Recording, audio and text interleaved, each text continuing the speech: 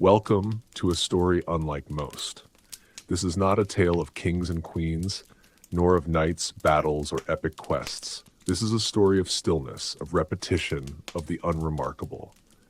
A quiet, drawn-out observation of two ordinary people living an ordinary day in an ordinary village somewhere in the English countryside in the year 1285. There will be no dramatic turns, no sudden revelations, no great climaxes, only the soft creak of old wood, the distant call of a rooster, the slow, heavy pull of life itself. This is The Unremarkable Day, a Medieval Peasant's Chronicle. Logline. A monotonous journey through the unvarying routines, simple pleasures, and overlooked facts of a 13th century English peasant's life, from dawn till dusk, and then to dawn again. Sound of a distant rooster crowing, very faintly, then fading to near silence. The occasional rustle of straw or a very faint, distant dog bark. Good evening. Or perhaps good morning. The precise time, you see, held less significance for our subject than the sun's position in the sky. We are, for the purposes of this rather extensive observation, in a small, unremarkable village nestled deep within the English countryside. The year is, let us say, 1285, a year much like 1284, and likely to be much like 1286. Our focus today is not on kings or queens, nor knights or grand battles. No, our gaze is fixed firmly upon the very bedrock of medieval society, a figure so common as to be almost invisible in the grand tapestry of history, the peasant, specifically a peasant named Alara, and her husband Thomas. Their lives, we assure you, are remarkably, perhaps even commendably, uninteresting. Part 1. Monotony of Dawn. Let us begin with the dawn, or, more accurately, the pre-dawn. Alara stirs, not with a sudden jolt, but with the slow, almost imperceptible shift of a body accustomed to waking with the sun, regardless of the sun's actual appearance. Her bed, if one can call it that, is a simple straw pallet, perhaps covered with a coarse wool blanket. The scent of damp earth and the lingering smell of the hearth fire are her morning perfumes. Sound of very faint, slow breathing, a rustle of straw. Thomas, her husband, lies beside her. He, too, will soon stir. There is no alarm clock here, no urgent summons, just the gradual encroachment of light filtering through the gaps in their wattle and daub hut. A rather fascinating fact, if one has an interest in such things, is that the average medieval hut of this type would have very few, if any, true windows. Perhaps a small, unglazed opening near the eaves, more for ventilation than for light. The smoke from the central hearth, a constant presence, would find its way out through this opening, or simply permeate the thatched roof. 10 seconds. Sound of a very slow, deliberate stretch, a faint yawn. The first task of the day, a constant across generations, is to rekindle the fire. This is not a matter of striking a match. Matches, of course, are centuries away.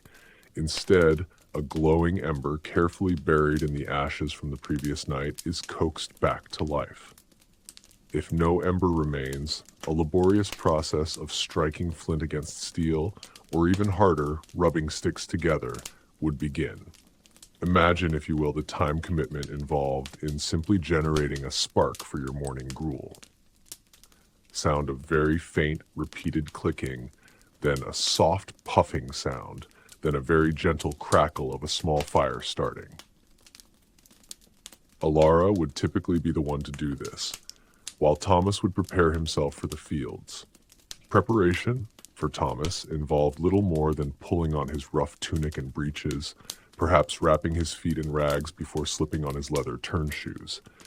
These shoes, by the way, were often made inside out and then turned right out, a manufacturing technique that saved some effort but resulted in less durable footwear. Another riveting detail, no doubt. Pause. 15 seconds. Sound of very faint, deliberate movements, perhaps a creak of old wood. The morning meal, when it happened, was meager. Often it was simply a bowl of pottage, a thick, porridge-like stew made from whatever grains were available, typically oats or barley, perhaps with some leeks or onions if they were in season and available. Meat was a rarity, reserved for special occasions or when a fortunate hunting foray by the Lord's men yielded a surplus. The concept of a balanced breakfast, as we understand it, was entirely foreign. Survival was the primary nutritional goal.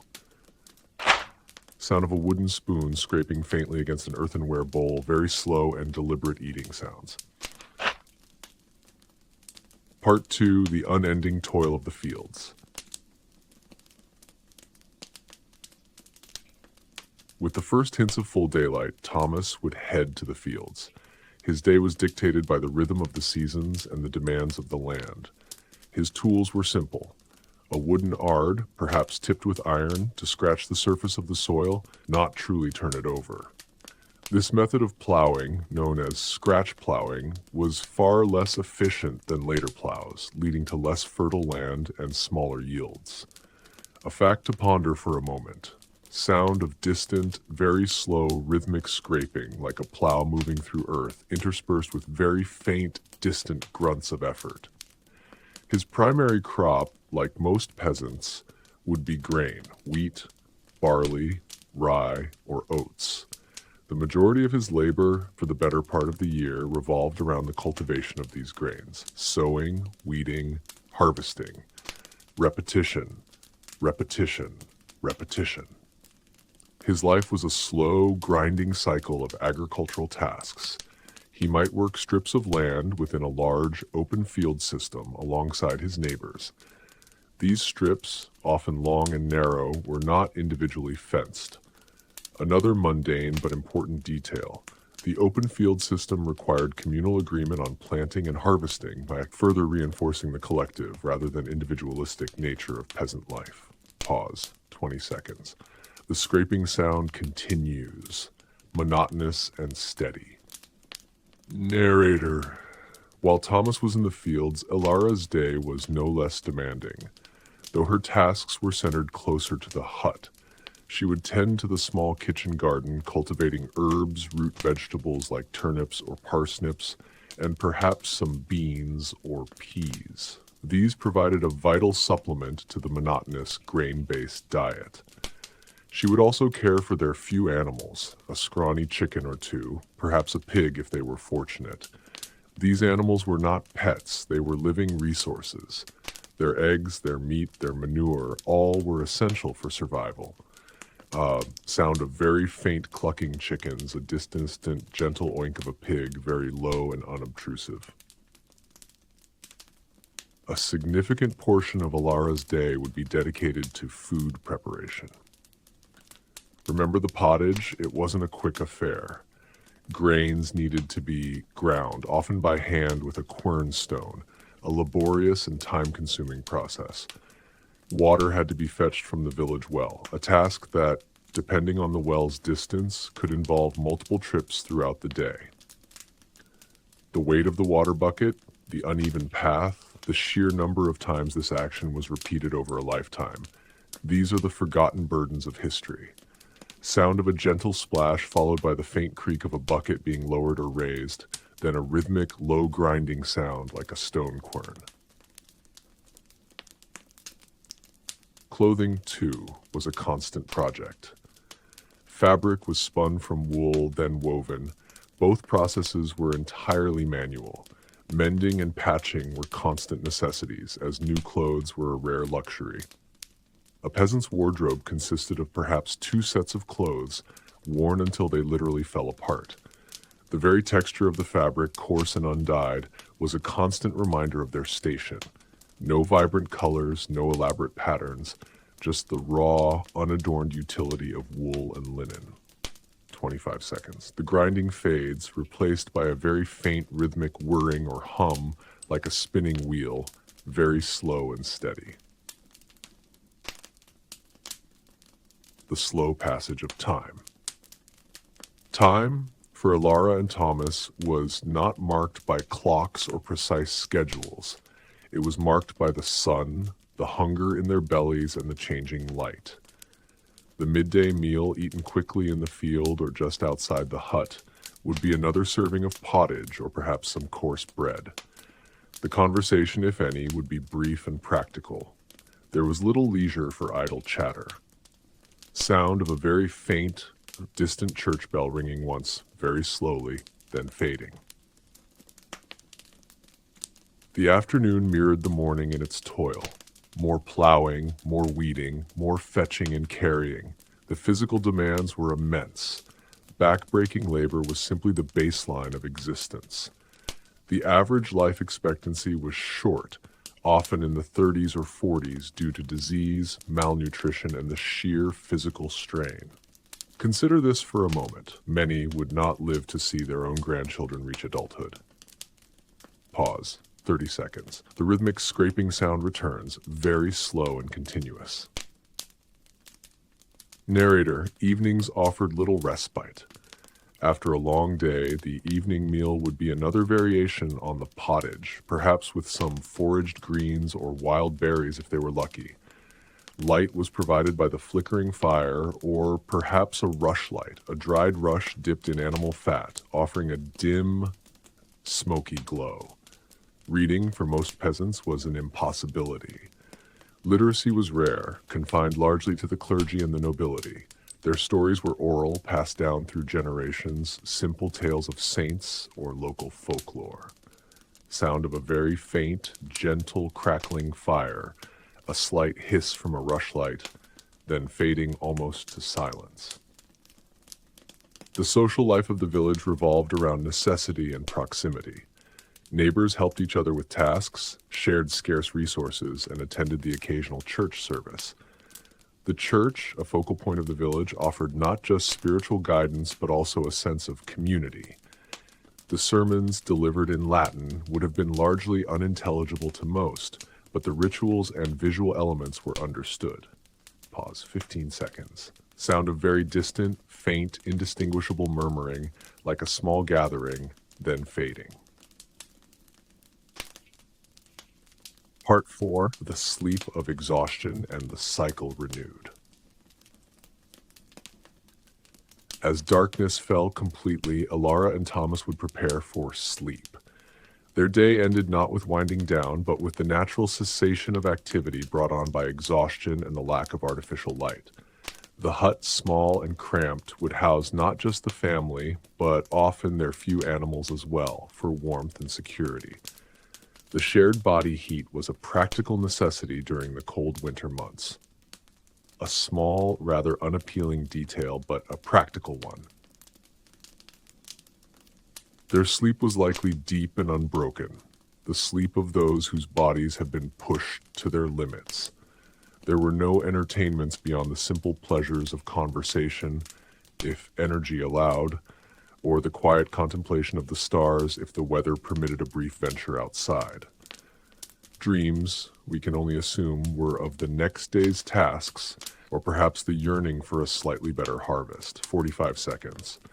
Sound of deep, slow breathing continues, undisturbed. Very faint, distant chirping of crickets, almost imperceptible. And then, as the first faint hint of light touched the horizon, the rooster would crow again, and the cycle would begin anew. The fire rekindled, the pottage consumed, the long walk to the fields, day after day, week after week, year after year. The relentless march of the seasons, the unyielding demands of the land, the simple, unvarying rhythm of a life lived on the very edge of subsistence. Part 5. Boring facts and overlooked realities. Let us delve further into some additional, equally thrilling facts about their existence. The concept of weekends or holidays was, in essence, non-existent. While there were feast days and holy days observed by the church, these were often still days of necessary work, perhaps with a slightly reduced workload or a more celebratory meal. The idea of leisure time, as we understand it, was a luxury rarely afforded.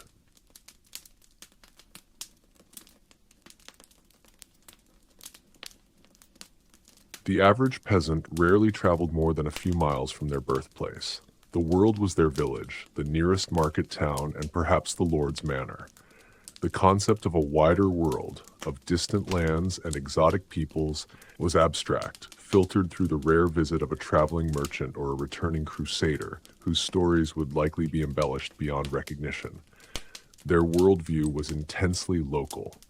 Sound of very faint, distant footsteps on a dirt path, slow and deliberate, then fading. Narrator. Even their names were simple, often derived from occupations or paternal lineage. Thomas, son of John. Alara, daughter of a baker, perhaps. No grand titles, no elaborate genealogies. Their identities were rooted in their labor and their place within the village hierarchy. The concept of cleanliness, as we understand it, was also different. Bathing was infrequent, often limited to a dip in a stream during warmer months. Personal hygiene was rudimentary. Disease, therefore, was a constant companion. The common cold could be life-threatening. A broken bone could mean permanent disability or death. There was no widespread medical knowledge, no antibiotics, no understanding of germ theory. The very air they breathed, filled with smoke and the odors of animal waste, was a cocktail of potential ailments. Sound of a distant, faint cough, then fading. Narrator. Education, as mentioned, was largely absent. Children would learn the skills necessary for survival by observing and participating in the daily routines of their parents. Boys would learn to plow and sow, girls to spin and cook. There was no formal schooling, no structured curriculum. Their classroom was the field, the hearth, and the unending demands of their daily existence. Even the landscape itself held less aesthetic appeal and more utilitarian purpose. The woods were a source of fuel and building materials, the rivers a source of water and fish. Every element of their environment was viewed through the lens of necessity. The beauty of a sunrise, while perhaps appreciated, was secondary to its signal for the start of another day of labor. Sound of a very faint, distant wind rustling through trees, a single bird call, then fading. Part 6. The Weight of Unchanged Routine. Imagine, if you can, the sheer weight of this unchanging routine. The absence of novelty, the predictability of each day, month, and year. There was no career progression, no ambition beyond survival, and the hope for a slightly better harvest next year. Their lives were a testament to endurance, to the quiet strength required to face the same challenges day in and day out, with little variation. Pause, 25 seconds. The slow, rhythmic scraping of a plow returns, almost hypnotically repetitive, then slowly, very slowly fades to silence. Their legacy is not found in grand monuments or heroic deeds. It is found in the very land they worked, the fields that continue to yield crops today, built upon centuries of their tireless, unheralded labor. It is in the genetic memory of resilience passed down through generations, even if the specific details of their lives have largely been forgotten. For 10 seconds. And so, as the faint light of dawn once again begins to penetrate the stillness, we leave Alara and Thomas to their unremarkable existence. Their lives, though seemingly dull to our modern sensibilities, were the very foundation upon which history was built, a history not of grand narratives, but of the quiet, monotonous, and utterly essential rhythm of daily survival. Sound of a single, very distant rooster crowing, then silence. Good morning, Alara. Good morning, Thomas. The day, as always, awaits. Good evening, or perhaps good morning once more. We return to our observation, to the unceasing rhythm of existence in our chosen unremarkable village, circa 1285.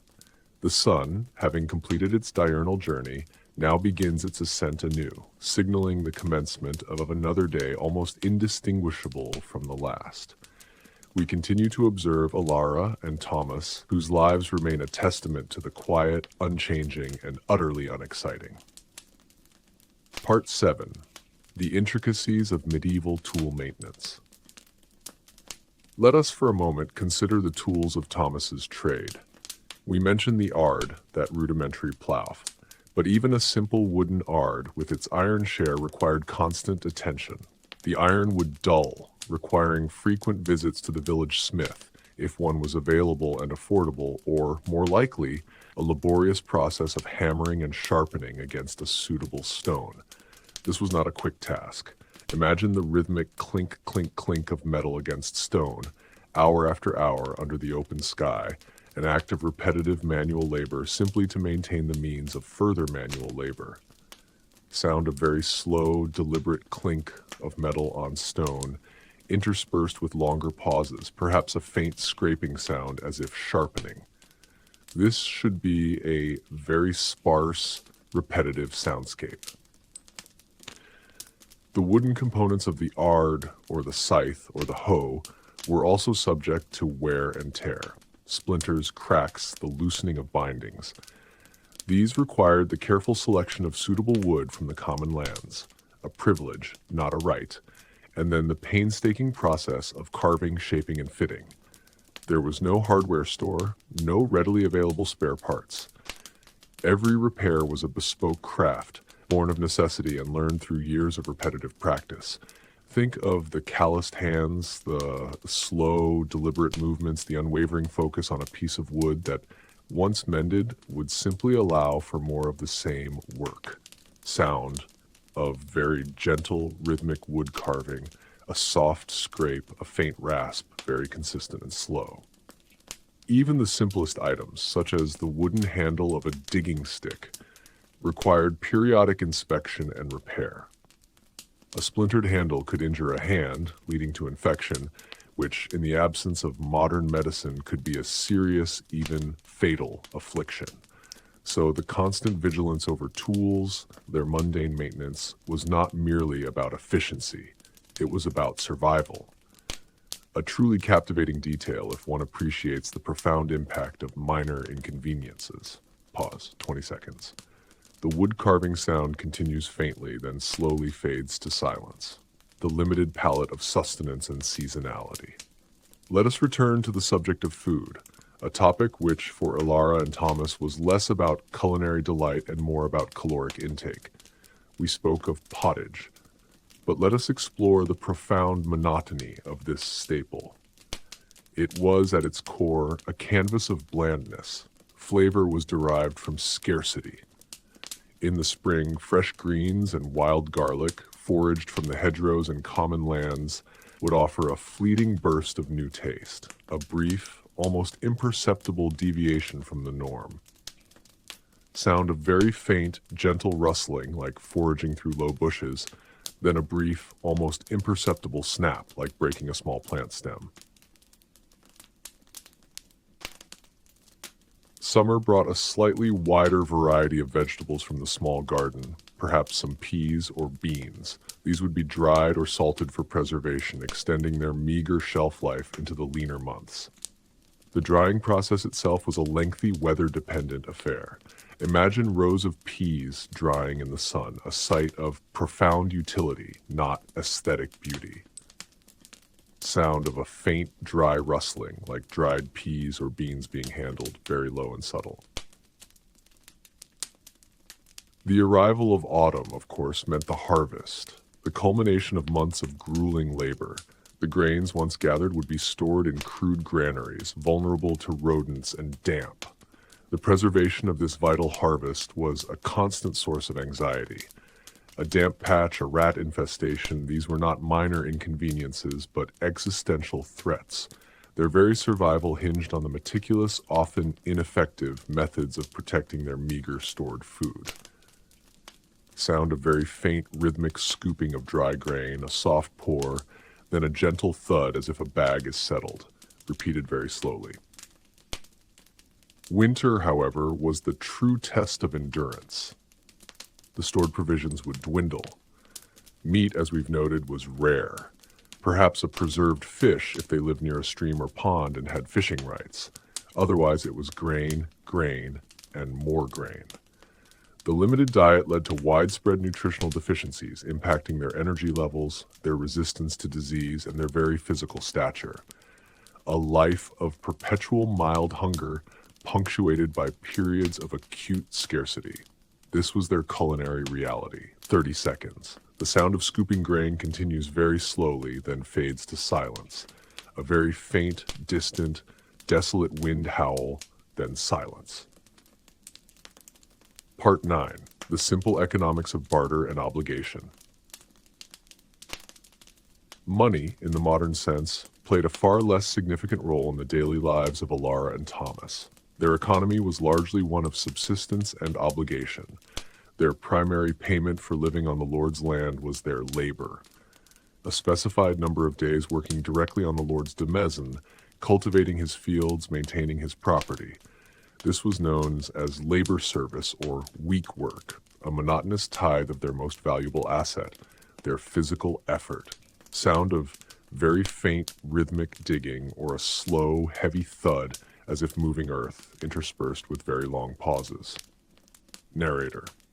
Beyond labor service, there were various dues or rents paid to the Lord. These were often paid in kind, a certain measure of grain, a number of eggs, a hen, or even a pig at specific times of the year. Imagine for a moment the meticulous counting of eggs, the careful measurement of grain, ensuring that enough was set aside to meet the Lord's demands while still leaving enough for their own survival. A constant mental calculation of scarcity. Sound of very faint, slow rustling of dry straw, a gentle clinking as if eggs are being placed carefully, then a very faint, distant, single oink of a pig, then silence. Barter was common for what few goods they needed that they could not produce themselves. Perhaps a new pair of shoes from the village shoemaker, exchanged for a portion of their harvest or a few days of labor. Tools, repairs, the services of the smith or miller, all were part of this intricate, localized economy of direct exchange. There was no vast marketplace of options, no consumer choice, just the stark necessities exchanged for other stark necessities. Pause, 25 seconds, a very faint, slow, rhythmic tapping sound like a hammer on leather, very subtle and repetitive, then fading. The mill, crucial for grinding their grain, was usually owned by the lord, and peasants were obligated to use it, paying a mill toll, a portion of their grain again. This was another unavoidable expense, another portion of their already meager harvest diverted. The grinding of grain was not merely a convenience, it was a regulated necessity, further illustrating the pervasive control of the lord over every aspect of their existence, a fact of economic life as dry as the grain itself. Sound of a very slow, deep, grinding sound, like a large millstone turning, accompanied by a faint, distant creaking, very monotonous. Part 10. The limited world of information and communication. The flow of information for Alara and Thomas was profoundly restricted. There were no newspapers, no radios, no television, no internet. News of the wider world, if it arrived at all, came through highly filtered and often distorted channels.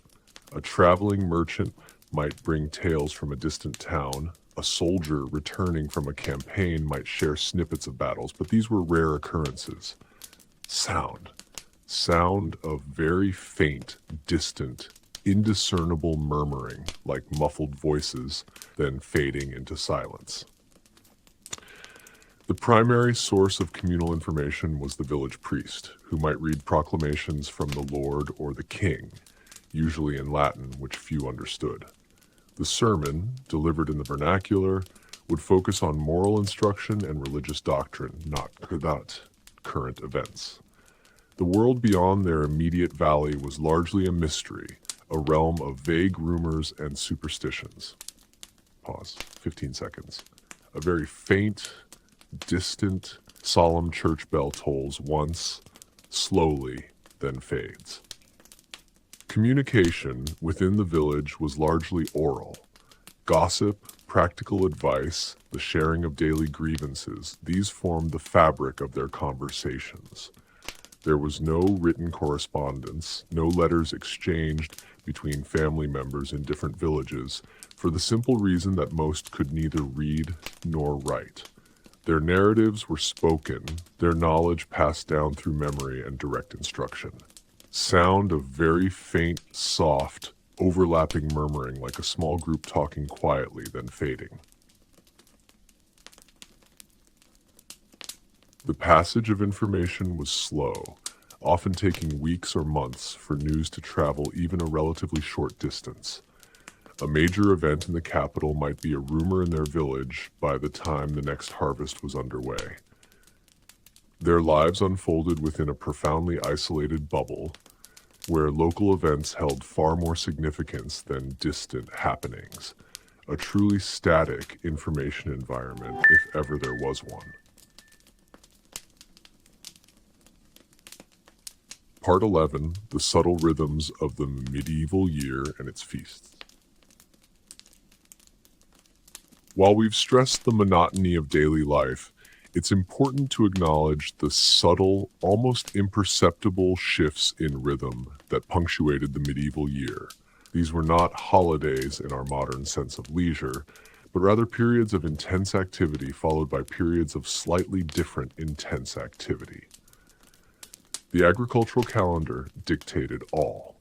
Sound of very faint, distant, slow, deliberate footsteps on dry earth, accompanying a slow, deep, regular breathing pattern, almost like a marching beat, but very quiet and subtle.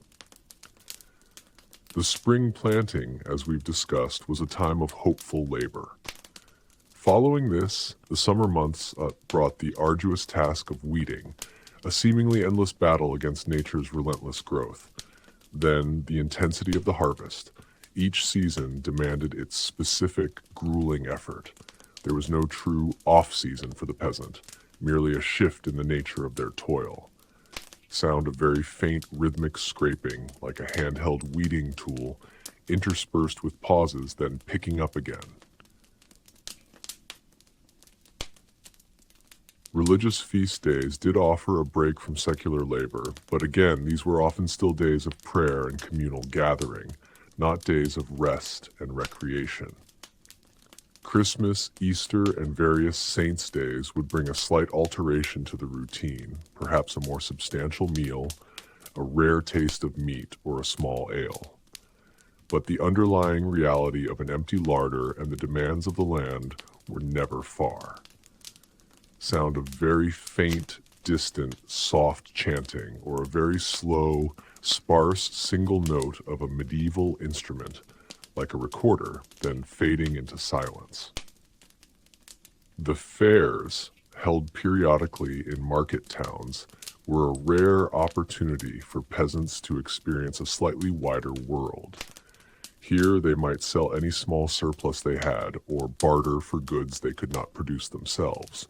These were bustling, noisy affairs, but for Alara and Thomas, such visits would be infrequent, perhaps once or twice a year, if they could afford the time and had something to trade. The journey itself could be long and arduous, a significant undertaking for feet accustomed only to the familiar paths of their village. Pause. 25 seconds.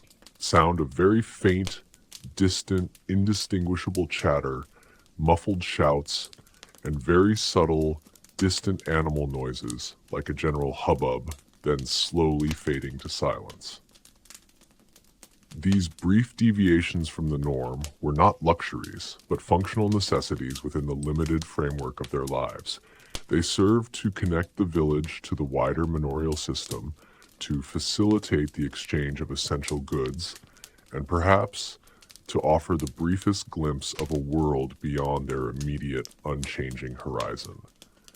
A world that was still, for them, profoundly small and intensely local. Part 12. The unseen details. Odors, textures, and the constant presence of nature. Let us conclude our extended observation by immersing ourselves in the sensory world of Ilara and Thomas. a world often overlooked in historical accounts. The dominant olfactory experience would have been a complex interplay of organic smells: the damp earth, the smoky air from the hearth fires, the pungent aroma of animal manure, the faint sweetness of fermenting grains, and the ever-present scent of unwashed bodies. There was no escaping these fundamental earthy odors. Sound of a very faint, deep, earthy smell being inhaled, perhaps a subtle hint of smoke, then slowly fading. The textures of their lives were equally unrefined. The rough, undyed wool of their clothing, the coarse weave of their straw bedding, the uneven surface of the wattle and daub walls, the gritty feel of unground grain in their hands. Everything was tactile, raw, and often uncomfortable. There was little softness, little smoothness in their immediate environment. Sound of a very faint, slow, gentle rubbing of coarse fabric, then a subtle rustle of dry straw, then a faint, light scrape of hands against a rough surface, very quiet and slow. The sounds of nature were a constant, underlying soundtrack to their existence. The ubiquitous chirping of birds, the distant lowing of cattle, the rustle of wind through the trees, the croaking of frogs from a nearby pond. These were not ambient sounds to be ignored. They were signals, indicators of the time of day, the weather, the presence of animals. Their lives were intimately intertwined with the raw, untamed rhythms of the natural world. Sound of faint, distant bird calls, very slow and sparse, then the distant lowing of a single cow, then the very subtle rustle of wind through distant leaves, all very spread out and quiet. Even the feel of the seasons was intensely physical, the biting cold of winter, a constant chill that permeated their flimsy hut, the oppressive heat of summer, making physical labor even more arduous, the pervasive dampness of autumn. Their bodies were truly living barometers, acutely tuned to the subtle and not so subtle shifts in temperature and humidity. There was no climate control, no escape from the elements. Pause. 30 seconds. The natural sounds continue, very faintly, then slowly fade to silence. This sustained immersion into the minutiae of medieval peasant life offers a profound insight, not into the grand narratives of history, but into the foundational experience of simply existing. It is a testament to the enduring power of the unremarked, the unglamorous, the utterly repetitive. It is perhaps the ultimate boring history lesson, delivered with unwavering dedication to the mundane. Sound of a single, very distant rooster crowing, then utter silence, prolonged for 10 to 15 seconds before fading out completely. And so the day begins, yet again, for Alara, for Thomas, for the quiet, unchanging earth.